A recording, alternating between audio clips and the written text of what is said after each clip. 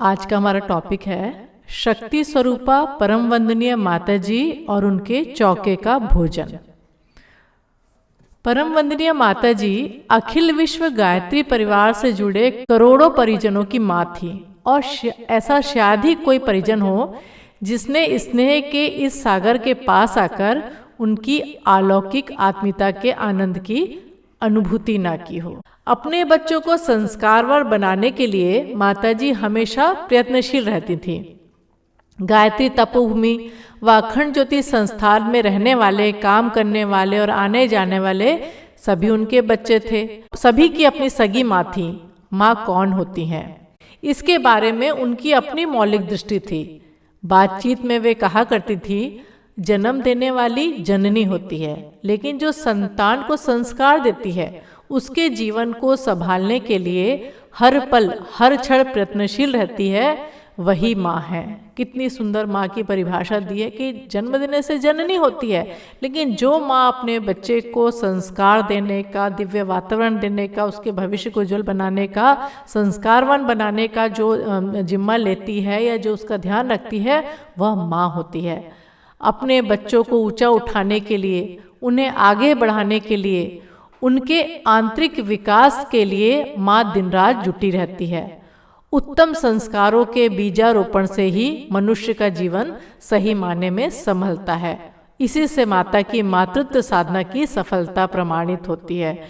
वे कहती थी, बेटा मैं तुम सबकी जननी तो नहीं, पर तुम में से हर एक को अच्छे संस्कार देने वाली तुम्हारी सच्ची माँ हूँ। तो देखिए वंदनीय माता जी का एकदम आंखों में चेहरा आ रहा है, देखते ही एकदम प्यार उमड़ता है और ऐसा लगता है कि अब किसी बात की चिंता ही नहीं, हमारी आध्यात्मिक माँ हमारे सामने बैठी हुई है। अपने कथन के अनुरूप वे हर समय इसके लिए कोशिश करती रहती थी। बात व्यवहार में, उनके संपर्क के प्रत्येक आयाम में यह सत्य प्रकट होता था और उनके द्वारा कराए जाने वाले भोजन में इनकी सबसे अधिक सघनता रहती थी। तो जिस तरह से माता जी कहती थी कि मेरे बच्चों की मैं माँ हूँ और जो उनको संस्कार देना है मेरे को और उनको ऊंचा उठाना है, तो हम उनके जो भी वो करती थी उसमें देख सकते थे, और जो भी वो बातें करती थी, जो भी उनके संपर्क में आता था, वो किसी न किसी तरह सोचती थी कि किस तरह से अपने बच्चों को ऊंचा उठाया जाए। और देखिए माता जी के भोजन की कितनी ज़्यादा विशेषता हम आज सुनने वाले हैं और किस तरह की दिव्य अनुभूति एक सच्ची घटना के द्वारा हम जानने वाले हैं। तो यहाँ बता रहे हैं कि जो ये उनका प्रेम है और जो वो संस्कार देने का क्रम है, उनके भोजन के जरिए सबसे ज़्यादा हम उसमें देख सकते हैं। कैसे देख सकते हैं, और इसके लिए गुरुदेव ने भी क्या कहा है माता जी के बारे में। परम पूज्य गुरुदेव इस बात को परिजनों से, कार्यकर्ताओं से बड़े ही स्पष्ट शब्दों में कह देते थे। क्या कहते थे गुरुदेव? वे कहते थे, तुम लोग माता जी को साधारण मत समझो, वे शक्ति स्वरूपा है, महाशक्ति हैं। अपने आध्यात्मिक ऐश्वर्य को छिपाकर बड़े ही सामान्य ढंग से रहा करती हैं। उन्हें पहचानना, उनको सही ढंग से समझ पाना आसान काम नहीं है। तो देखिए परम पूज्य गुरुदेव ये कौन बोल रहे हैं? युग के विश्वामित्र हमारे गुरुदेव बोल रहे हैं कि माता जी को साधारण मत सोचो, वो तो इतनी सिंपल रहती हैं कि उन्होंने अपने आध्यात्मिक ऐश्वर्य को छिपा कर रखा है। वे शक्ति स्वरूपा है, महाशक्ति है, साक्षात जगदम्बा है। बोल रहे उनको पहचानना, उनको सही ढंग से समझ पाना आसान है ही नहीं। वो इतनी भावमयी है कि प्यार उनके रोम रोम में बसता है। ममता की पूंजी उनके पास हमसे कई गुनी अधिक है, इसी कारण उन्हें सजल श्रद्धा करते हैं। और गुरुदेव ने क्या बताया है कि यदि आज जो है मिशन का जो इतना काम बढ़ा है, मिशन को अग्रगामी बनाने में किसने कितना योगदान दिया, जब इसका लेखा चोखा भगवान क्या किया जाएगा, तो बोल रहे माता जी का नाम सबसे आगे होगा। और गुरुदेव बोल रहे हैं कि यदि वे साथ ना होती तो हम इतना सब कुछ कर पाते क्या जो कर सके। उनके वात्सल्य ने ही हमारी तरह समूचे गायत्री परिवार को उनके माध्यम से दूरवर्ती वातावरण को कृतकृत किया है। गुरुदेव बोल रहे हैं कि यदि वो नहीं होती माता जी हमारे साथ, तो शायद इतना बड़ा ये गायत्री परिवार और मिशन खड़ा नहीं होता और जो आज हम कर पा रहे हैं। और गुरुदेव बोले माता जी का दर्जा इसलिए बहुत ऊंचा बैठता है हमसे कई चीज़ों में। ये खुद कौन बोल रहे हैं? स्वयं जो है महाकाल हमको ये बात बता रहे हैं। पता नहीं, उन्हें पहचानना, उनको सही ढंग से समझ पाना आसान काम नहीं है। वे तुम लोगों के लिए जितना आसानी से कर देती हैं उतना तो मैं भी नहीं कर पाता हूँ। गुरुदेव बोल रहे हैं कई चीजें, पता नहीं तुम इस सच्चाई को कितना समझ पाते हो, हमसे गुरुदेव बोल रहे हैं। पर सत्य यही है कि उनके संपर्क मात्र से पूर्व जन्मों के कषाय, कलमशों, कलुषित संस्कारों का नाश होता है और व्यक्तित्व में नए दिव्य संस्कारों के बीज रोपित होते हैं। तो देखिए, जिसके लिए हम इतनी तप साधना अनुष्ठान करते हैं, केवल परम वंदनीय माता जी के संपर्क मात्र से, चाहे वो चेतना के स्तर पे हो या हम सामने जब उनको देखते थे तो बोल रहे इतनी उनके अंदर शक्ति है कि हमारे पूर्व जन के जो कषाय कल्मशों और जो कलुषित संस्कारों के कारण ही तो हम ठीक से जीवन जी नहीं पाते हैं। इस क्रम में परम पूज्य गुरुदेव और भी बहुत कुछ बताया करते हैं। वे कहते हैं, माता जी का भोजन दिखने भर में सादा और साधारण है, लेकिन इसे तुम लोग कभी भी साधारण समझने की भूल मत करना। इसमें उनकी असाधारण प्राण ऊर्जा समाई रहती है। यह पेट को तृप्त करने के साथ आत्मा तक को तृप्त करने वाला तत्व है। तुम लोगों को अनुदान देने के, तुम सबको संस्कार बनाने के उनके तरीके बड़े अद्भुत हैं। वे कब, क्या और किस ढंग से करती हैं, इसे सही सही वे ही जानती हैं। लेकिन यह बात 100% सच है कि उनके चौके का भोजन उनके द्वारा किए जाने वाले शक्ति संप्रेषण का, दिव्य संस्कारों के बीजारोपण का सबसे समर्थ माध्यम है। यह उनके द्वारा अपनाई जाने वाली बड़ी ही प्रिय विधि है। तो देखिए, सबका अपना तरीका होता है। हर गुरु का, हर जो उच्च स्तरीय जो है महामानव होते हैं, किस तरह से अपने शिष्य में जो है अपनी शक्ति का ट्रांसफर करते हैं या चेतना के स्तर को जगाते हैं। तो रे माता जी का एक अलग ही तरीका था कि उनके चौके का जो भोजन बनता था, इसमें ऐसा नहीं कि माता जी पहले तो सब लोग अपने हाथ से बैठ के खिलाती थी, लेकिन जो भोजन बनता था और माता जी की शक्ति के द्वारा वो उसमें ऊर्जा का संचार करती थी, तो बोल रहा है कि उसके द्वारा दिव्य संस्कारों को बीजारोपण का सबसे सशक्त और समर्थ माध्यम है। और ये शायद बहुत लोग का अनुभव होगा जब शांति कुंज जाते हैं कि जब माता जी के भोजनालय में करते हैं तो क्या क्या नहीं उनके साथ जो है अनुभूतियाँ जुड़ी हुई हैं। और यदि हम शांति कुंज नहीं भी जा पा रहे हैं, जब अपना खाना बनाए तो माता जी को प्रणाम करें कि माता जी वो चौके का जो आपका भोजन है, बस वही अपना आशीर्वाद हमारे भोजन को भी प्रदान करना। तो ये बोलते ना, ये तो अंदर की यात्रा है, अंदर का कनेक्शन है। तो निश्चित रूप से हम कई बार तो घर में रहते हुए भी वो चीज़ें अनुभूति कर सकते हैं और उसका प्रभाव देख सकते हैं। माता जी के चौके में भोजन लाखों लोगों ने किया होगा, उनके संपर्क में शायद इससे भी अधिक लोग आए होंगे, पर ये जो सच है वो बहुत कम लोग समझ पाए होंगे। हाँ, बुद्धि से ना समझ पाने के बावजूद उनकी भाव अनुभूति जरूर बहुतों ने पाई होगी, क्योंकि जब दिमाग लगाता है आदमी, बुद्धि लगाता है, तो फिर वो दूसरी चीज़ों से काम नहीं कर सकता। इसलिए कई जगह बुद्धि को हटा देना चाहिए, दिल और श्रद्धा का जो काम होता है। तो बोल रहे हैं कि कई लोग इसको समझ नहीं पाते कि हुआ कैसे कि हम यहाँ आए, ऐसी तकलीफें थी, दूर हो गई, या कई चीज़ें ऐसी अदृश्य जो है ऊर्जा हमारे अंदर जो हुई। तो बोल रहे हैं कि कई लोग को समझ नहीं आता, लेकिन उनकी अनुभूति जरूर लोगों ने की है। कभी कभी तो ये अनुभूति इतनी प्रगाढ़ होती थी कि अनुभव करने वाला इसे बताए बिना नहीं रह सकता था, और इसके बखान से ही उसे संतुष्टि और संतृप्ति मिलती थी। तो बोल रहे अलग अलग स्तर पे होती थी, कई बार तो इतनी ज़्यादा ये अनुभूति गहरी होती थी कि लोग सोचते थे कि शेयर करें इस चीज़ को। तो आज भी हम जो ये बता रहे हैं कि किसकी अनुभूति हम लोग सुनने जा रहे हैं, माता जी के चौके की सच्ची अनुभूति। ये कथा नहीं है, सच्ची अनुभूति है। ये हनुमंत सिंह हाड़ा की अनुभूति बता रहे। हनुमंत सिंह जो है वो राजस्थान के बाड़मेर के पास के रहने वाले थे। उनके पुरखे काफी बड़ी जागीर के स्वामी थे। स्वतंत्रता मिलने के बाद जागीर तो नहीं रही, पर उनके ऐश्वर्य में कोई कमी भी नहीं आई। ठाकुर साहब में गुण काफी थे, पर उनमें दोष भी कम नहीं थे। ऐश्वर्य व विलासिता जन्य कई दुष्प्रवृत्तियां उनके व्यक्तित्व में बुरी तरह समा गई थी। उनकी धर्मपत्नी, परिवार के सदस्य उनके इन दुर्गुणों वह दुष्प्रवृत्तियों से बुरी तरह परेशान थे। पता नहीं किस तरह परिवार के लोगों को अखंड ज्योति की एक प्रति हाथ में लग गई। तो जब एक व्यक्ति बोलते हैं ना, जब एक व्यक्ति घर का बहुत अच्छा या अलग तरह का होता है तो भी घर वालों को बहुत लाभ होता है और जीवन को अच्छा श्रेष्ठ जीने का अवसर मिलता है। लेकिन एक व्यक्ति भी यदि घर का ठीक नहीं है तो यहाँ बता रहे कि पूरे सदस्यों को बहुत ज़्यादा परेशानी होती है। वैसे उसी तरह से हनुमंत सिंह जो थे, उनके घर परिवार के लोग भी परेशान थे उनकी गलत आदतों की वजह से।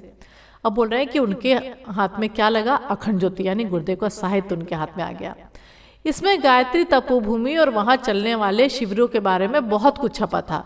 सारी बातें पढ़कर परिवार के सदस्यों एवं उनकी पत्नी ने सोचा कि ठाकुर साहब को वहां लेके जाया जाए। इन सब लोगों ने ठाकुर साहब से बात की। थोड़ी नान नुकुर के बाद वे तैयार हो गए। निश्चित तिथि पर वे मथुरा स्थित गायत्री तपोभूमि पहुंच गए। दिनों आने वाले ठहरते तो गायत्री तपोभूमि में थे, पर भोजन अखंड ज्योति संस्थान में करते थे। इसी नियम के अनुसार ठाकुर साहब भी अपने परिवार के साथ भोजन हेतु अखंड ज्योति संस्थान में गए। माताजी ने स्वयं अपने हाथों से परोसकर उन्हें भोजन कराया। मुर्गा, मांस, शराब के अभ्यस्त ठाकुर साहब हालांकि इस तरह के भोजन के आदी नहीं थे, फिर भी ना जाने क्यों उन्हें इस भोजन में कुछ अद्भुत स्वाद आया। तो देखिए, अब जैसा कि हम जानते हैं जमींदार खानदार के बड़ी बड़ी जागीर, तो मुर्गा, मांस, शराब रोज की उनके लिए चीज़ थी, पर वहाँ तो सात्विक भोजन मिलता है। तो जब माताजी ने अपने हाथों से भोजन उन्हें कराया बैठ के, तो वैसे तो उन्हें वो इनके अभ्यस्त नहीं थे, पर जब माताजी के हाथ का भोजन जब खाना चालू किया तो उनको एक अद्भुत स्वाद आया। भोजन करने के बाद वो फिर तपोभूमि लौट आए। तो देखिए भोजन का कैसा प्रभाव होगा। परिवार के सदस्यों के बहुत समझाने पर भी उन्होंने शिविर के किसी भी कार्यक्रम में भाग नहीं लिया। हाँ, खाना खाने के बाद अवश्य सबके साथ माताजी के पास पहुंच जाते थे। ठाकुर साहब के अनुसार पता नहीं क्या था उस भोजन में, पर कुछ अद्भुत जरूर था। 2-3 दिन में ही मुझ में एक अद्भुत भाव परिवर्तन हुआ। हर समय आंखों के सामने माताजी की सौम्य मूर्ति उपस्थित रहती। पहले तो गलत विचार, गलत भावनाएं आती नहीं थी, पर यदि आ भी जाती वो पुरानी आदतों के कारण, तो मन में बड़ी गहरी शर्मिंदगी होती। तो देखिए पहला प्रभाव क्या होना चालू किया। पहले तो वो अच्छे से खुलेआम सब खाते पीते थे और उस शर्मिंदगी भी नहीं लगती थी, लेकिन बोले जब माताजी के हाथ का बना हुआ खाना खाया तो हमेशा उनका जो एक चेहरा रहता था सौम्य सरलता का और ममतामयी चेहरा, वो माताजी का हमेशा सामने रहता था। और जो पहले गलत विचार, गलत भावनाएं आती थी मन में, तो बोल रहे हैं कि कई बार तो आ जाती थी आदत के अनुसार, क्योंकि अभी संस्कार इतनी जल्दी बदलते नहीं है। तो बोले अब क्या होता था उनके साथ कि उनके अंदर एक शर्मिंदगी होती थी कि मैं कुछ गलत कर रहा हूँ, यानी ये सब नहीं करना चाहिए जो मैं यहाँ पे कर रहा हूँ। ऐसा लगता था कि माताजी सब कुछ देख रही हैं और मैं कैसी घटिया बातें सोच रहा हूँ।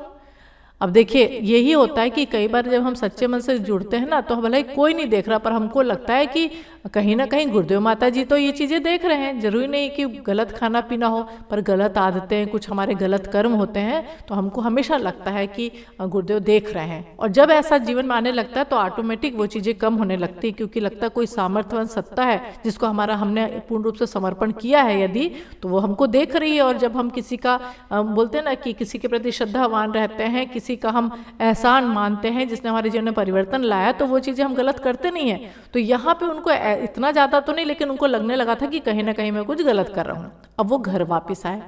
घर वापस पहुँचने के बाद पुरानी बातों की ओर मन बिल्कुल भी ना गया, परंतु मित्र वही थे, उनकी जोर जबरदस्ती भी वही थी। इसी जोर जबरदस्ती के कारण उनके पास जाना पड़ा।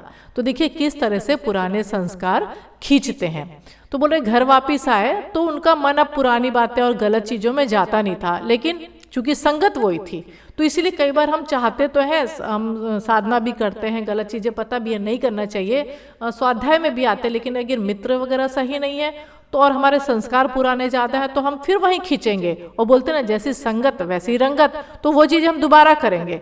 तो यहाँ पे ये भी इनके साथ भी ऐसा ही हुआ कि उनका मन तो नहीं करता था, लेकिन मित्र वही थे, और क्या हुआ, जोर जबरदस्ती की तो उनको जाना पड़ा उनके पास। बहुत मना करने के बावजूद भी उन्होंने मांस और शराब का सेवन उनको करा दिया।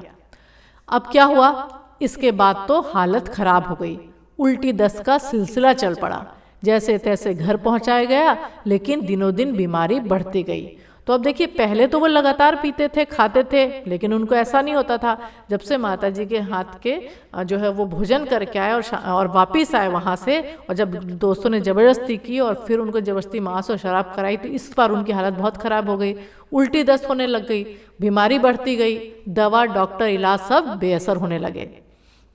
ठाकुर साहब के अनुसार घर के सभी लोग घबरा गए, पर उन्हें खुद एकदम घबराहट नहीं थी, क्योंकि उन्हें ऐसा लगता कि माताजी उनके सिरहाने बैठी उनका सिर सहला रही हैं और कह रही हैं, बेटा इसे बीमारी नहीं विरेचन समझ। तो देखिए उनको एक बात तो ये हुई कि माताजी का उनको हमेशा सानिध्य और साथ महसूस होने लगा था। दूसरा, उनको एक विश्वास आ गया था कि इतना सब हो रहा है, पर उनके अंदर वो घबराहट नहीं थी, और उनको लगता था माताजी उनके सिरहाने पे बैठी हैं और उनको बता रही हैं कि बेटा ये बीमारी नहीं है, ये तो मैं तेरा अंदर की गंदगी निकाल रही हूँ। इस बीमारी के द्वारा, और माताजी ने क्या बताया, इस बीमारी के द्वारा तेरे सारे पुराने कुसंस्कार धुल जाएंगे। अब तेरे अंदर वही होगा जो मैंने भोजन के साथ तुझे दिया है। तू परेशान ना होना, सब कुछ बड़ी जल्दी ठीक हो जाएगा। सचमुच ऐसा ही हुआ, वह थोड़े दिनों में एकदम ठीक हो गए। ठीक होने के बाद उनका जीवन क्रम एकदम बदल गया, पुराने मित्रों का संग साथ भी छूट गया। तो देखिए कितने सुंदर यहाँ पे बताया गया कि कई बार जिसको बोलते हैं ना, जैसा कि जैसे कुम्हार अपने जो है घड़े को ठोक पीट के अंदर साथ में थपकी भी देता है, लेकिन ठोक बीट भी करता तब वो घड़ा मजबूत होता है और उसके अंदर पानी ठहरता है। उसी तरह से आप बता रहे हैं कि कई बार प्रक्रिया, अलग अलग तरह की प्रक्रिया होती है जो महामानवों की, अपने गुरु की होती है। हमको कई बार समझ नहीं आती कि कई बार जो छोटे मोटे कई चीजें आती हैं हमको लगता है ऐसा क्यों हो रहा है। यहाँ पे बोल रहे हैं कि उनको जो ये आया, पर उनके अंदर, और देखिए विश्वास की बात की गई, उनके अंदर वो विश्वास आ चुका था कि मेरे को कुछ भी नहीं हो सकता, और उनके अंदर वो घबराहट नहीं थी। तो हमको भी अपने गुरुदेव माता जी पे हमेशा ये विश्वास, इतना बोलते ना कि मर जीवड़े शिष्य की तरह विश्वास होना चाहिए कि नहीं, कुछ होने वाला ही नहीं है, सब ठीक हो जाएगा। जब वो विश्वास होता है ना, इतना काम करता, तो वो फिर हमारे जीवन में भी दिखने लगता है। तो यहाँ पे बोल रहे हैं कि माता जी ने बताया कि बेटा ये तो विरेचन है एक तरह का, ये बीमारी नहीं है, तेरी सफाई मैं कर रही हूँ, और ये जो उल्टी और सब हो रहा है इसके साथ तेरे कुसंस्कार भी निकल जाएंगे, और उसके बाद अब जो मैं चाहूंगी वो तेरे अंदर होगा। देखिए माता जी का कितनी शक्ति स्वरूपा, हमारी माता जी साक्षात जगदम्बा, और उनके अंदर कितनी शक्ति थी। तो यहाँ बोल रहे हैं कि ऐसा ही हुआ, वो थोड़े दिन में ठीक हो गए, और वो ठीक नहीं हुए, ठीक तो हो ही गए, लेकिन उनका जो जीवन क्रम था विलासिता से, भोग विलास से भरा हुआ, गलत सलत चीजें खाने का, बोल रहे वो भी छूट गया। और जब हमारी वो चीजें छूटती हैं तो जो वो साथ देने वाले वैसे मित्र भी छूट जाते हैं, और उसके बाद बहुत अच्छा जीवन चलने लगता है और मित्र भी नहीं बनने लगते हैं। फिर से शिविर में गायत्री तपोभूमि में उनका आना हुआ। किनका? हनुमंत सिंह का।